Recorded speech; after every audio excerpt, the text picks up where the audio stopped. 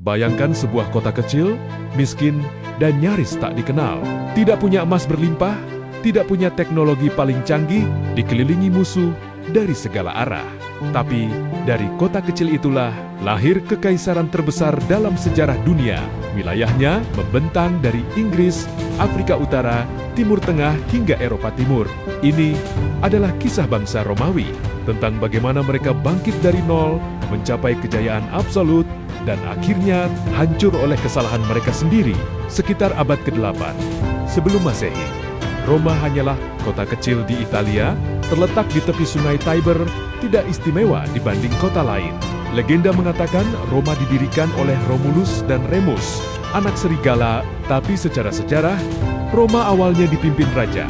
Sering kalah perang, berkali-kali diserang. Namun, ada satu hal yang membedakan Romawi.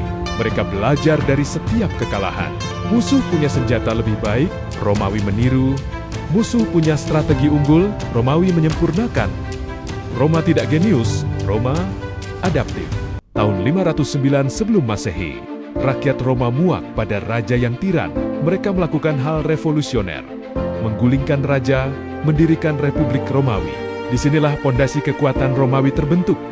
Senat, hukum tertulis, pembagian kekuasaan, prinsip mereka sederhana. Tidak boleh ada satu orang berkuasa mutlak. Dan sistem ini berhasil, Roma berkembang. Tentara disiplin, warga loyal, infrastruktur dibangun. Sedikit demi sedikit, Roma menaklukkan seluruh Italia. Kekuatan utama Romawi bukan emas, bukan teknologi, tapi disiplin dan organisasi. Tentara Romawi terlatih sejak muda, taat perintah, bergerak sebagai satu kesatuan. Jalan-jalan Romawi dibangun bukan untuk rakyat, tapi untuk menggerakkan pasukan dengan cepat. Moto mereka, jika kamu ingin damai, bersiaplah untuk perang. Roma menang, bukan karena selalu kuat, tapi karena tidak pernah menyerah. Bahkan, setelah kalah telak, mereka bangkit dan menyerang lagi. Akhir Republik ditandai satu nama besar, Julius Caesar. Ya, Jenderal jenius, dicintai rakyat, ditakuti senat. Saat Caesar dibunuh, Republik ikut sekarat. Penggantinya, Octavianus Augustus. Di tangannya, Republik berubah menjadi kekaisaran, Roma mencapai puncak kejayaan. Inilah Pax Romana. Perdamaian 200 tahun, ekonomi stabil, hukum berlaku luas, kota-kota makmur. Roma menjadi pusat dunia. Semua jalan menuju Roma.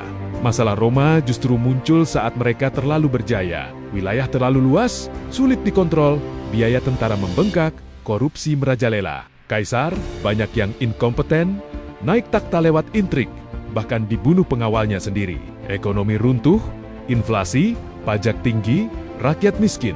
Roma mulai rapuh dari dalam. Saat Romawi lemah, musuh datang dari segala arah. Bangsa Goth, Vandal, Han, tahun 476 Masehi. Kaisar Romawi Barat terakhir digulingkan. Roma Barat runtuh. Ironisnya, bukan karena satu perang besar, tapi karena akumulasi kesalahan internal. Roma Timur Bizantium memang bertahan, tapi kejayaan Roma seperti dulu tidak pernah kembali. Bangsa Romawi mengajarkan kita satu hal penting. Kejayaan tidak runtuh dari luar lebih dulu, tapi dari dalam. Roma hancur karena korupsi, keserakahan, hilangnya disiplin, pemimpin yang tidak layak. Dari kota kecil menjadi penguasa dunia, lalu hilang ditelan sejarah. Itulah Romawi. Dan mungkin kisah ini bukan hanya tentang masa lalu, tapi juga peringatan untuk masa depan.